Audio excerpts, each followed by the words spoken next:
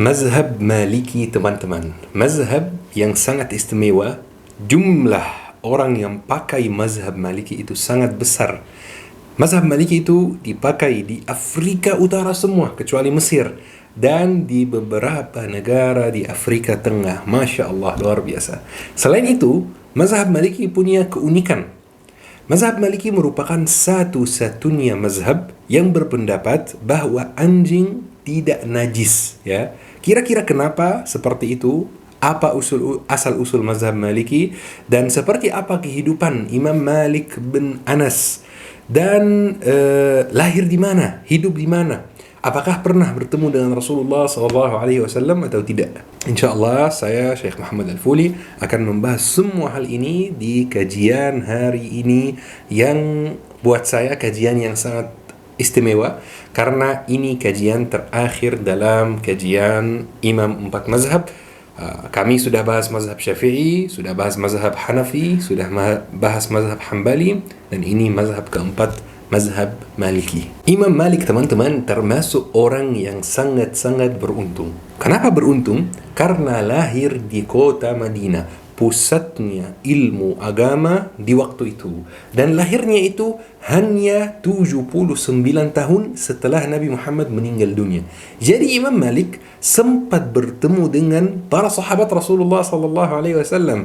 Jadi Imam Malik, teman-teman, tidak bertemu dengan Rasulullah, makanya tidak dapat julukan sahabat, tetapi sempat bertemu dengan sahabat Rasulullah, makanya julukannya adalah tabi'in, sama seperti Imam Abu Hanifah.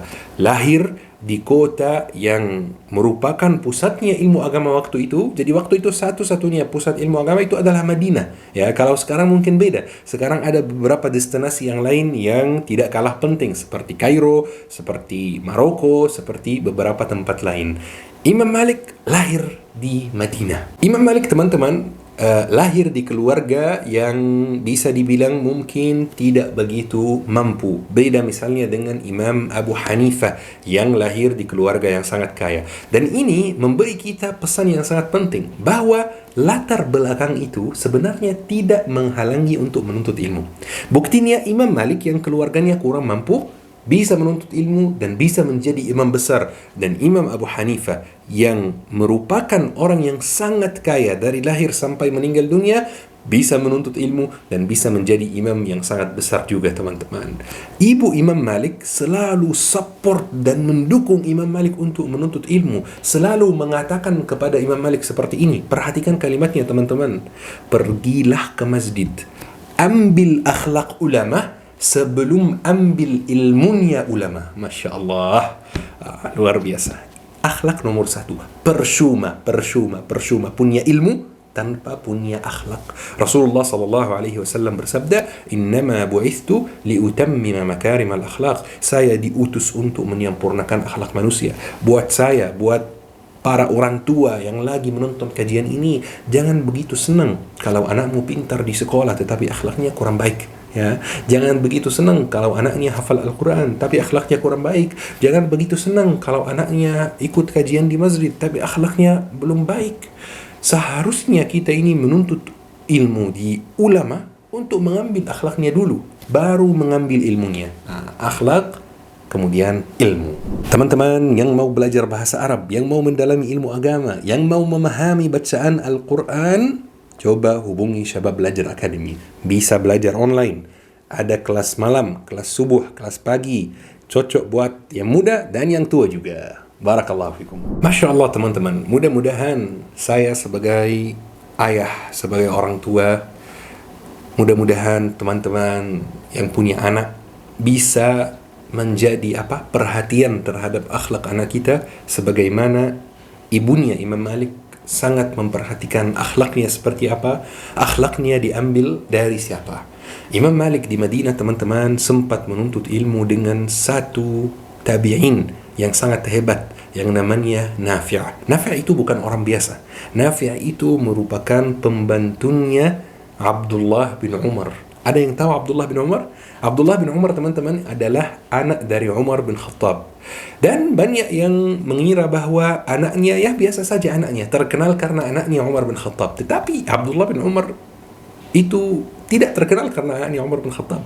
Dia terkenal karena merupakan ulama yang sangat penting dalam Islam. Tidak kalah dari segi ilmu dengan ayahnya, Umar bin Khattab. Coba bayangkan, Nafi' ini yang merupakan pembantunya Abdullah bin Umar, 24 jam menemani Abdullah bin Umar, 24 jam mengambil dari ilmunya, 24 jam belajar dari dia. Imam Malik belajarnya sama Nafi'. Masya Allah. Coba bayangkan, Imam Malik di umur yang sangat muda diberi kesempatan untuk menuntut ilmu bersama orang seperti Nafi'. Dan di Madinah waktu itu ada puluhan bahkan ratusan orang seperti Nafi' yang dulu membantu dan melayani sahabat sambil mengambil ilmunya, sambil belajar dari mereka.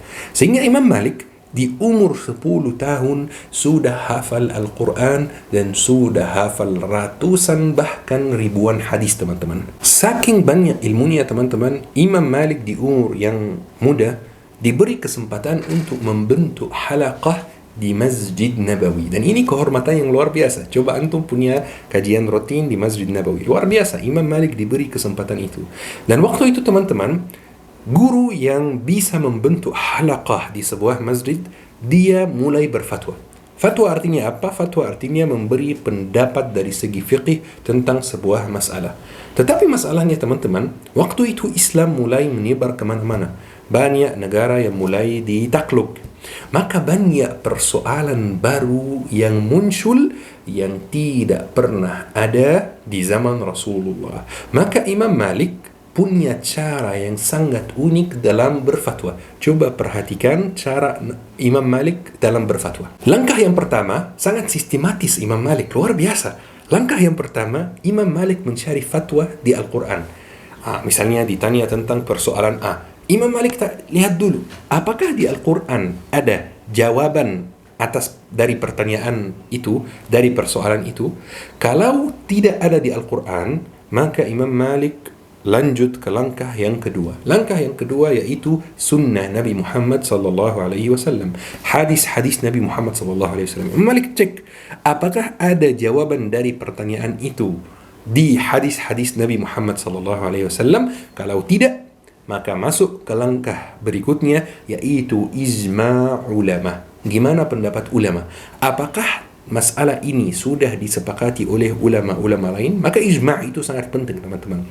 Karena Rasulullah sallallahu alaihi wasallam bersabda, "La tajtami'u ummati 'ala batil." Umatku tidak akan ijma' atas perkara yang batil, ya. Dan memang ulama kalau ijma' tentang sebuah masalah, maka referensi ulama pasti Al-Quran dan Sunnah. Jadi ijma' itu sangat penting. Nomor 3 setelah Al-Quran, setelah Sunnah, nomor 3 adalah ijma'. Baik. Kalau misalnya masalahnya itu atau persoalannya itu tidak ada ijma'nya, solusinya gimana? Imam Malik punya cara yang unik lagi, langkah keempat, yaitu amal ahli Madinah, kebiasaan warga Madinah. Karena menurut Imam Malik, warga Madinah itu pusatnya ilmu. Jadi ilmu itu diwariskan dari generasi ke generasi. Maka kalau ada sebuah hal yang disepakati oleh semua warga Madinah, ini hal baik, maka Imam Malik bisa berfatwa berdasarkan hal itu. Karena menurut Imam Malik, ilmu itu diwariskan di dalam Madinah dari generasi ke generasi. Kalau misalnya belum ada hal atau belum ada jawaban dari warga Madinah tentang persoalan ini, maka Imam Malik lanjut ke langkah kelima yaitu qiyas. Persoalan yang disamakan dengan persoalan lain yang mirip, yang ada fatwanya, yang ada dalilnya. Kalau tidak bisa diqiyaskan, maka ada beberapa langkah lain yang namanya al-masalih al-mursala, al-istihsan, al-urf, dan lain-lain, ya. Teman-teman, kehidupan Imam Malik di Madinah sangat lancar, sangat nyaman. Setiap hari mengajar, setiap hari mengajarkan umat Islam tentang ilmu fiqih, tentang banyak ilmu. Sampai terjadi satu peristiwa yang sangat aneh. Terjadi satu peristiwa yang bahkan sangat-sangat aneh. Peristiwa ini menyebabkan Imam Malik dipukul keras, teman-teman, oleh penguasa waktu itu. Sampai Imam Malik yang mulia ini tidak bisa menggerakkan tangannya lagi. Tangannya sudah tidak bisa digerakkan lagi. Apa kira-kira yang terjadi? Jadi teman-teman, ceritanya Imam Malik tinggal di zaman dinasti Umayyah. Itu setelah khilafah Rashidah terbentuk dinasti Umayyah. Dan tiba-tiba di dinasti Umayyah itu terjadi revolusi. Revolusi apa? Revolusi dari sebuah kelompok namanya Abbasiyin yang ingin menjatuhkan dinasti Umayyah dan membentuk dinasti baru namanya dinasti Abbasiyah. Dan betul dinasti Abbasiyah berhasil berkuasa, berhasil menjatuhkan dinasti Umayyin, teman-teman. Tapi setelah mereka mulai berkuasa, tidak bisa langsung berkuasa begitu saja. Mereka harus mendapatkan yang namanya bay'at. Dan bay'at itu, teman-teman, ibarat validasi, ibarat setiap warga muslim membay'at pemimpin yang baru itu, menyatakan bahwa dia bersedia membay'at dan bersedia pemimpin tersebut menjadi raja atau menjadi pemimpin umat Islam, dan dia menyatakan bahwa dia siap taat kepada pemimpin itu. Itu namanya bay'at, teman-teman. Tetapi masalahnya banyak dari warga Madinah yang merasa kalau Abbasiyin itu mengambil kekuasaan dengan maksa. Maka banyak warga Madinah yang menolak untuk kasih bay'at.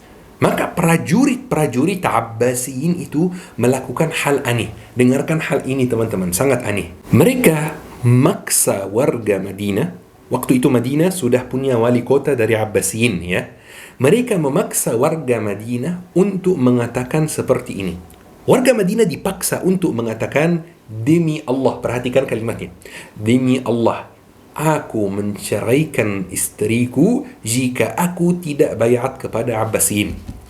Jadi sekarang ada satu kondisi, mereka sudah bersumpah atas nama Allah, kalau mereka tidak bayat kepada Abbasiyin, mereka akan menceraikan istrinya. Dipaksa untuk mengucapkan kalimat ini. Jadi warga Madinah tidak ada jalan keluarnya. Kalau tidak bayat kepada Abbasiyin, maka mereka harus menceraikan istrinya karena sudah bersumpah atas nama Allah Subhanahu wa Ta'ala. Mereka dipaksa, teman-teman.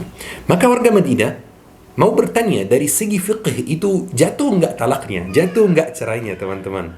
Mereka pergi bertanya kepada siapa? Mereka bertanya kepada Imam Malik, orang yang paling berilmu di Madinah waktu itu. Dan mereka bertanya seperti ini, wahai Imam, apakah talaknya jatuh atau tidak? Kata Imam Malik, talak tidak jatuh selama antum dipaksa untuk mengatakan itu. Jadi antum tidak perlu membayat Abbasiyin kalau tidak mau, dan talaknya tidak akan jatuh, tetap namanya istrimu. Wah, bahaya sekali fatwa ini, teman-teman. Kenapa? Karena fatwa ini bisa memberanikan warga Madinah untuk tidak bayat kepada Abbasiyin. Jadi penguasa Madinah, wali kota Madinah yang dari Abbasiyin waktu itu, panggil Imam Malik. Imam Malik datang, kata wali kota Madinah, wahai Imam, kamu tidak usaha mengeluarkan fatwa yang seperti ini lagi, ya. Itu memprovokasi umat untuk tidak bayat kepada penguasa muslim. Wah, Masya Allah, teman-teman. Orang soleh dimanapun pasti dituduh provokasi. Pasti. Orang soleh, orang taat, orang yang lurus, orang yang berada di jalan yang benar, pasti dituduh provokasi, pasti. Dan kita bisa lihat sekarang di zaman kita, yang dituduh provokasi hanya orang soleh saja. Jadi teman-teman, hari berikutnya wali kota Madinah kirim mata-mata, kirim jasus, ya, kirim orang ke majlis Imam Malik, intel, ya, kalau di zaman kita, untuk lihat majlis Imam Malik itu seperti apa. Apakah Imam Malik masih memberi fatwa yang seperti ini lagi atau tidak. Dan betul, di majlis di hari berikutnya ada orang yang bertanya kepada Imam Malik tentang masalah ini, dan Imam Malik tetap menjawab talaknya tidak jatuh. Maka intelnya itu atau jasusnya itu pergi ke wali kota Madinah dan menyampaikan Imam Malik masih memberi fatwa yang itu. Maka teman-teman, orang mulia seperti Imam Malik, orang yang sangat berilmu seperti Imam Malik, dihukum oleh wali kota Madinah, dia dipukul keras, dan dia dipaksa naik keledai dan keliling Madinah. Dulu teman-teman, orang penting, orang berilmu, orang kaya itu tidak naik keledai. Mereka paling naik kuda atau naik unta.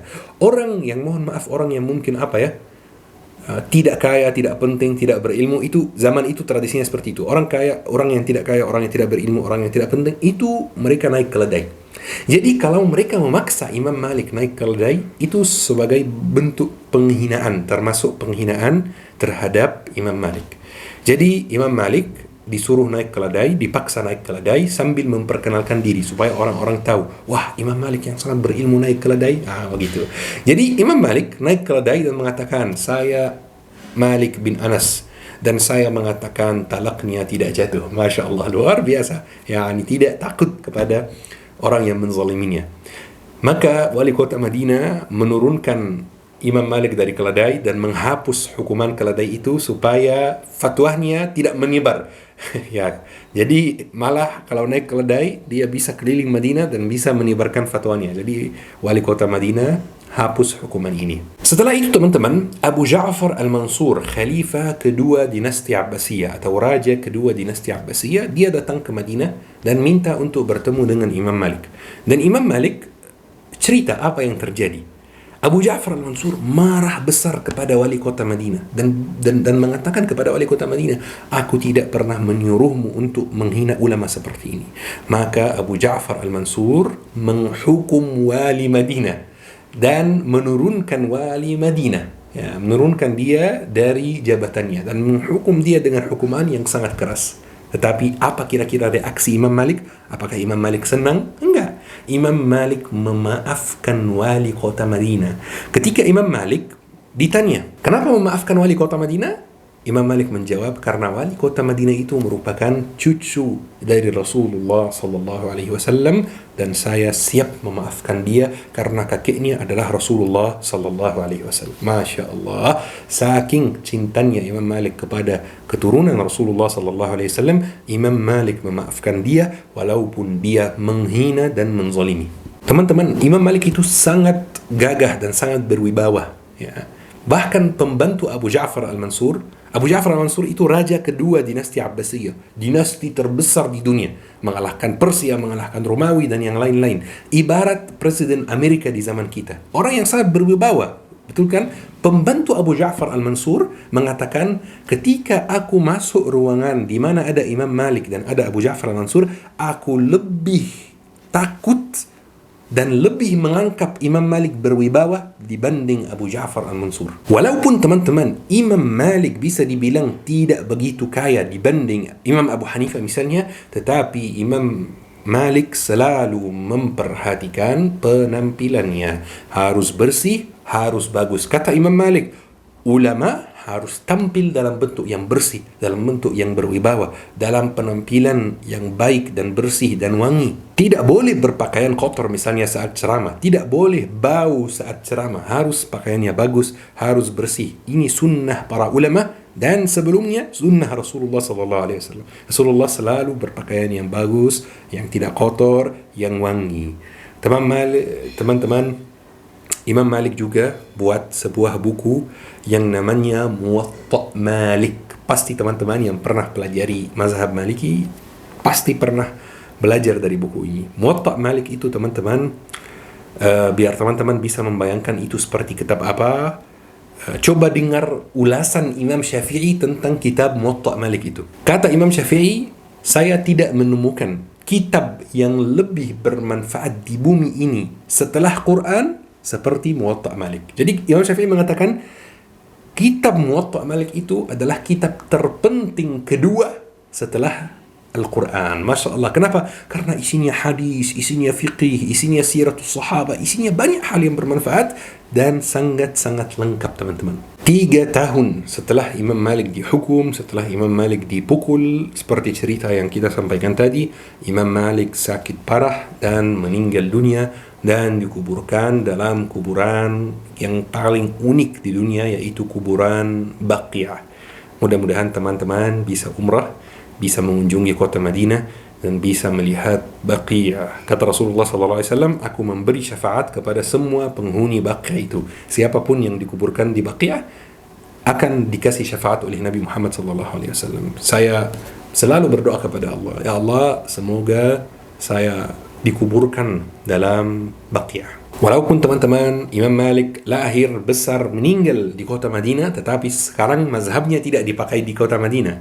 Di kota Madinah kebanyakan pakai mazhab Imam Ahmad bin Hanbal, mazhab Hanbali.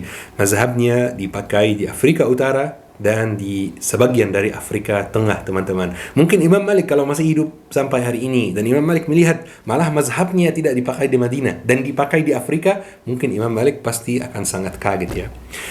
Teman-teman yang dirahmati oleh Allah Subhanahu wa taala, alhamdulillah saya merasa sangat senang bisa membahas sirah 4 imam mazhab yang mengajarkan kita ilmu agama. Masya Allah.